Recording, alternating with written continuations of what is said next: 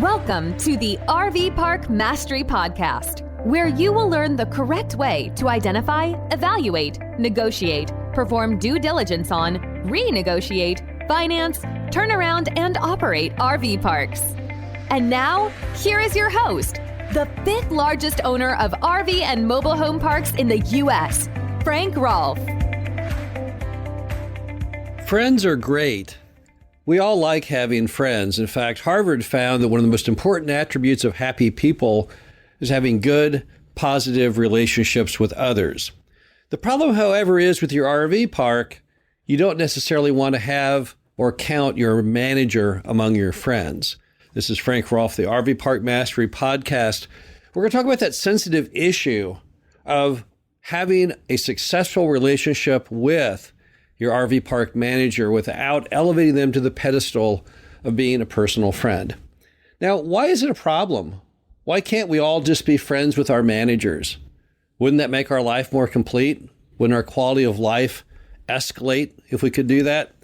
The problem is that when you are too personal with your managers, it can do some really terrible things to your business.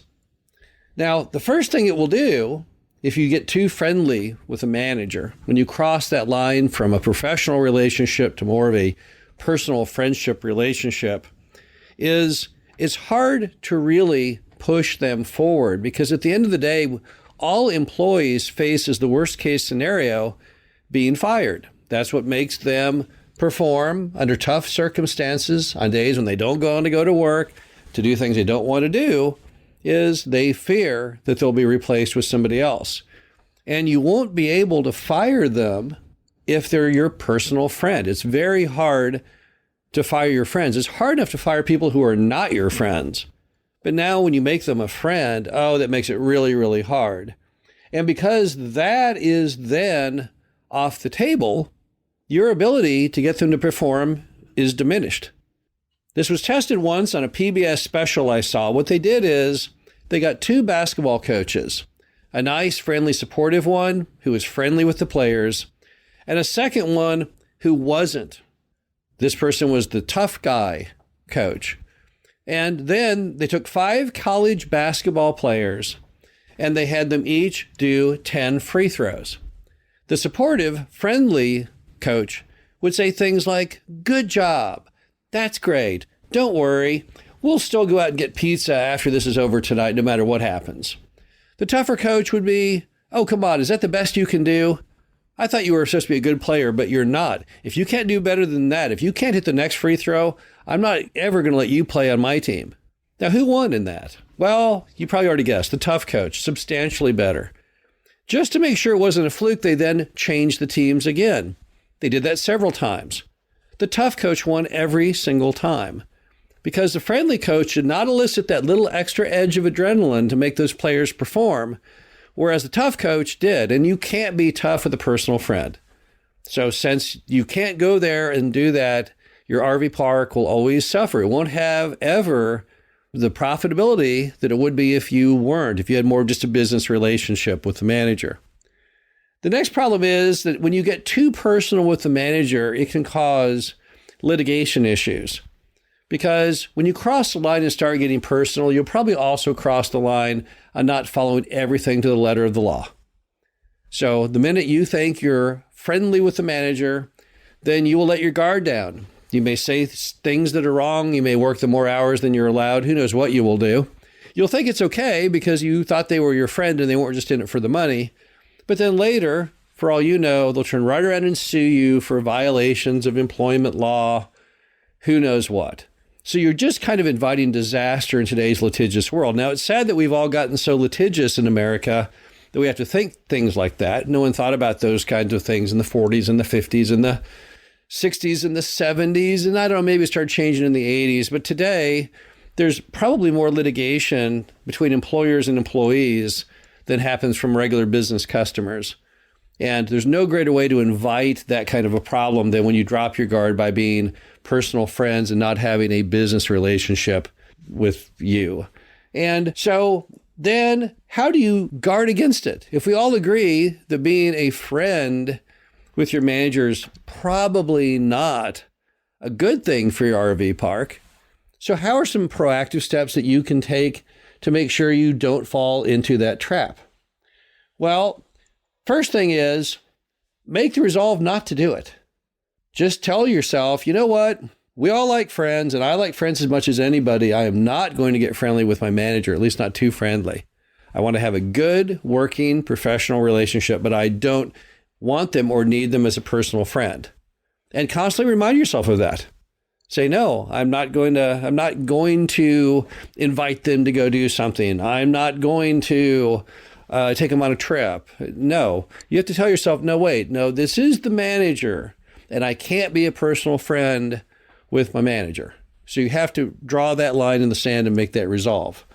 Next, don't engage in random, casual conversation with your manager. When you talk to your manager, make sure that it's very directed at the business. It's okay to talk for hours if need be on what the business is doing. Observations of how to bring in more customers, how to keep customers happier, capital expenditure. Sure, those are all great topics. But don't start talking about personal stuff. Don't say, did you see that latest movie? It was so great. Talking about current events, those type of items. This is not the forum for that. This should all be about your business and how to make it better and how to make it more profitable. And you really want the person's input for sure, but you don't need their personal observations on things outside of the business. Then you've crossed the line from more of a corporate to a personal relationship. And again, that is not going to work well for you long term. Also, don't talk to your manager too frequently. It's okay to talk to the manager frequently enough to get the job done, but don't be calling the manager 2 or 3 times a day. And often, calling them even once a day is overkill, because they'll then sense from that much conversation, that much accessibility, that in fact you want more than a professional relationship, that you are looking for a friend. And then it's going to just suck you into that entire problem of a lower performance just because of what appears to be your desire to have this relationship. So don't talk too much. Instead, the key is when dealing with managers, you've got to give them the key fundamentals that make the business work. We all know what those are. Revenue, cost containment. This is how you make money. Those topics are great to have lengthy conversations on. Also, let them know how they'll be judged, what the metrics of performance are. Have at least once a month a budget call with your manager and go over each category of your revenue and expenses and what you hit and what you missed. I'm not saying that you shouldn't all the time feel that you have a good relationship with a manager. You want to have a terrific relationship with your manager. You both want to be on the same team. It's not a very big team. This is not a football team. It's basically often just a 2-person team. You as the owner and the other individual as the manager, and that's it. So as long as your topics are focused on the business and not on personal items, then it's great to talk with your manager. The manager relationship with many sellers is golden. It's great. It's long-standing. People can have managers for years. They can have managers for decades. But you're really not going to have that relationship probably. You're going to lose your edge. You're not going to be as profitable as you could be when you start to cross the line. Now, what if you've already crossed the line? What do you do with your manager now? Well, start scaling back. The manager will sense that maybe you are wanting to have more of a professional relationship and you don't call quite so frequently. However, it may anger or frustrate them because they may feel now that you don't like them for some reason.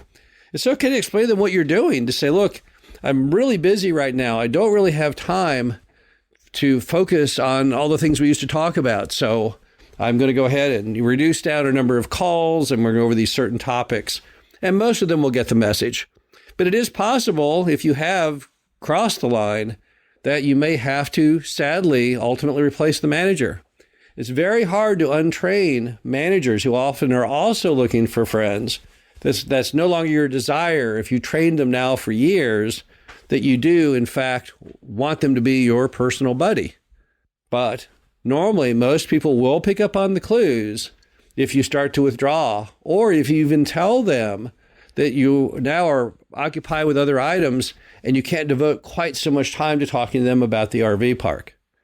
Also remember that many RV parks change over time. The whole personality changes. When you first buy it, there's plenty to talk about. There's plenty going on. But after you have stabilized and improved it and got it running well, there really isn't that much that needs to be discussed. So it's perfectly natural for the relationship and the amount of contact to change over time. That's a perfectly natural event. So it's also possible as your property moves to the next level that naturally you won't have as much contact.